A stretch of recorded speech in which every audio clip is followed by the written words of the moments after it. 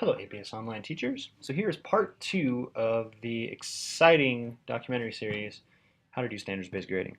So last time we talked about kind of what proficiency means and a little bit about what or how to do it in Schoology. So this time we're going to talk about how to do it in IC.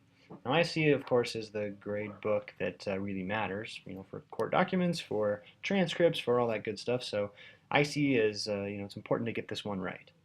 So I'm going to show you how to set up your gradebook to reflect the standards-based grading and to kind of talk a little bit about what that means. So first you have to go to your class, right? So here's my class, psychology, and I'm going to go to quarter 2 psychology here so you can kind of see it. And you're going to have to do this for each quarter, unfortunately.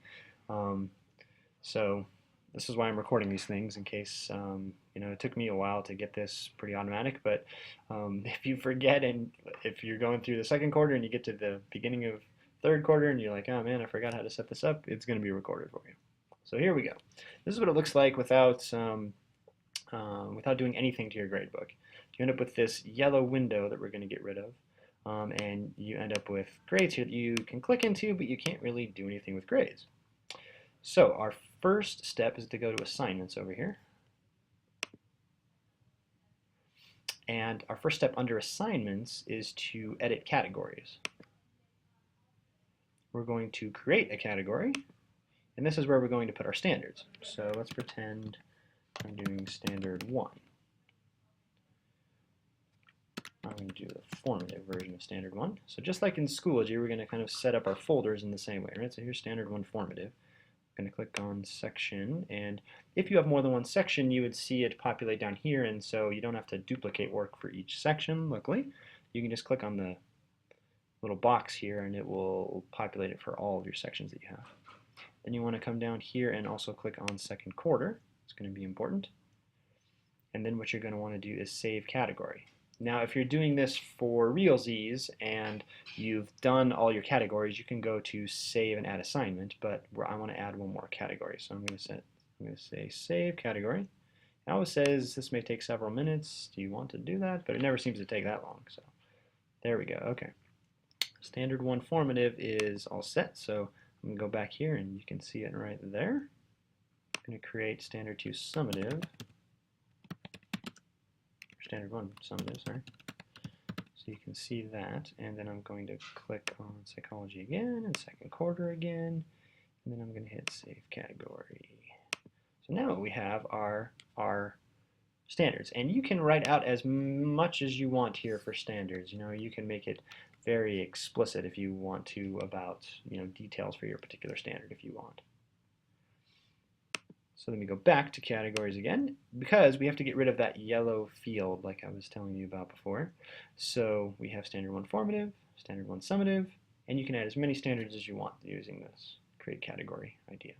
I'm going to go back to our assignments list, and before we get going into creating assignments and everything, we need to edit grade calc options. So we click on this, and this is just a step that we have to do in IC for some reason. We make sure that this says no calculation, and then we hit save.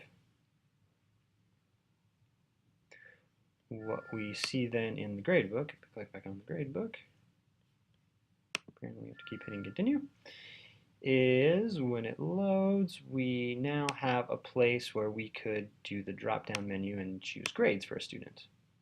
Not quite sure why it's showing up way over there, but it's like, our lovely IC quirks. Okie dokie. So now that we can give students grades, we got to have assignments in there to give them grades for. So then we go back to our assignments tab. And since we've already have categories, what we need to do now is create an assignment. Okay, so this is the assignment creation screen, and you need a name for your assignment, and this name can be as detailed as you want. I'm going to call this quiz 1 for our purposes. You need a up to 5 character abbreviation for it, so I'm just going to call it Q1 for quiz 1. You can go down here, and if you had more sections, you could click the box and it would appear in each section, so you don't have to duplicate your work every section you have. For me though, I just have this one section, so I'm good to go. I just make sure that's clicked. I can choose the assign date. I could choose the end date. So say this is due October 12th. I'm going to make it, or say it's assigned October 12th. I'm going to make it due October 19th, let's say. And then the sequence here allows me to set it up so that when a student sees his grade or her grade, what he or she is going to see in whatever order I want, the sequence matters for that. So since this is the first quiz, it's going to be 1. The next assignment I do is probably going to be 2, and so on. But if I wanted to change the sequence of things, I could do that to make things easier to read for students. And then we come all the way down to grading tasks here. We're going to click on second quarter. And here, if we've done our folders with our standards, you'll see it populate here. So, you could choose this quiz, I'm going to say is formative. So I'm going to leave that box checked. And you have to click marks. And then you have to choose APS secondary standards-based grading. And then the key to this is making the total point 0. So it's not averaging or calculating. You want to make it 0. Now we have a couple of options when we're done. We could save and score. So if I was ready to give all my students a grade on this particular thing, I would just hit save and score. If I wanted to create a new assignment, I would hit save and create a new assignment, which is what I want to do now. I'm going to pretend that this one is a unit-like assessment of some kind. So we're going to say Unit 1 assessment. And then I'm going to abbreviate that, Unit 1. Leave it like that. And then we can mess with our due dates and the sequence. Since this is going to go in a different folder, this will be the first thing in that folder, because we're going to come down here and click on summative this time. This is going to be our summative assignment. And marks, we have to choose, let's choose standards-based grading, and we have to make this 0. Okay, so then I'm going to hit save. I'm going to go back to my gradebook. Now what I see is, it's loading. Probably sometime soon we'll see it pop up here for me. And what we see now is this will say, standard 1 formative. The more assignments I put in there, the larger this box gets on the top, and then you'll be able to read standard 1 formative. But since it's only the first assignment, you can't really see it. So let's pretend that Stephanie got like a proficient on this and a proficient on the unit test, right? So then I would have to decide.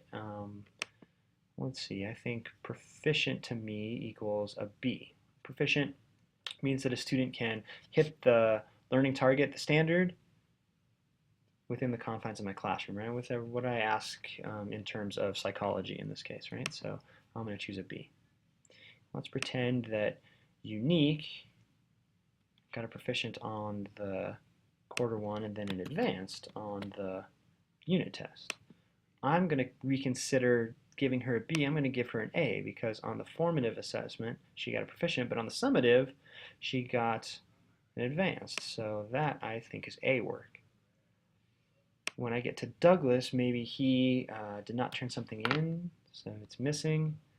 And for his unit test he got a partially proficient, let's say.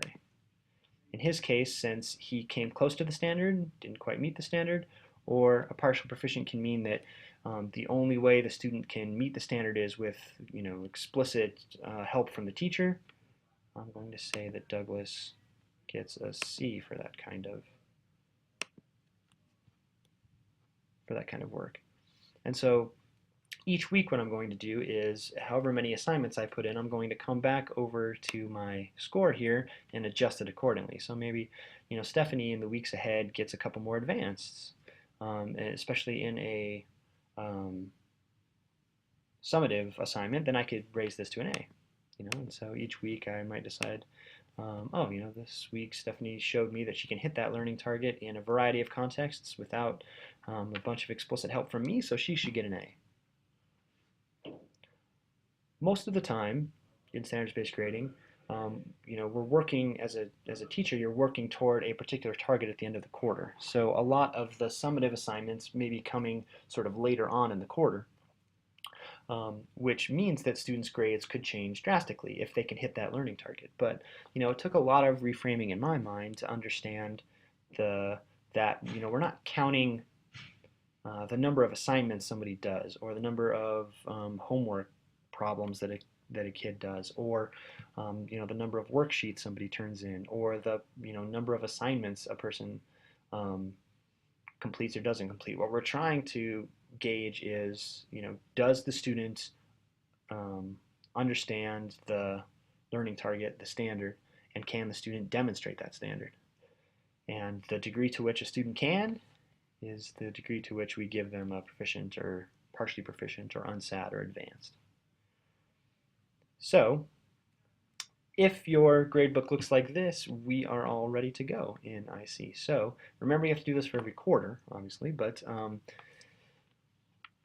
once you do it once, it'll just be like riding a bike, hopefully. This will be recorded for you, so you can come back and watch it at any time. So if you have any questions, remember to get a hold of me, and I will be happy to sit down with you and do it with you. Or we could do like a webinar. I could, I don't know, call you up and kind of walk you through it too, whatever you need. All right, so thanks a lot, and I hope you guys have a good year this year.